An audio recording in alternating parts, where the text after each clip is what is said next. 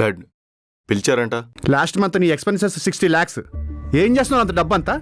Dad మీరు మళ్ళీ start చేయకండి. డబ్బు లేనివాడు అలాగే ఎంజాయ్ చేయలేడు. డబ్బు ఉండి కూడా మనం ఎంజాయ్ చేయలేదు అనుకోండి, వాడికి మనకి తేడా ఏముంటుంది? ఒక్కటి గుర్తుపెట్టుకోండి డాడ్, ఐఎమ్ బోర్న్ రిచ్ అంతే.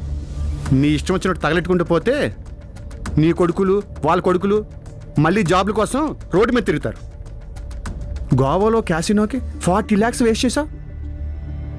నేను చెప్పింది విని కంపెనీని చూసుకో. నీకు మంచి పిఏని అసైన్ చేస్తా. హాయ్ ఉమా. Hello sir. తిను ఉమా నీ పిఏ. నాకు ఈ హెడాక్స్ ఏమో వద్దు డాడీ అంటుంటే మళ్ళీ పియ్యగి అంటారేంటి? ఎలా కావాలంటే అలా బ్రతికే అదృష్టం కోట్ల మందిలో ఒక్కడికే వస్తుంది. నన్ను ఇలా బ్రతకనివ్వండి. నేనున్నంత వరకు ఓకే. నేను పోయిన తర్వాత ఏం చేస్తావురా?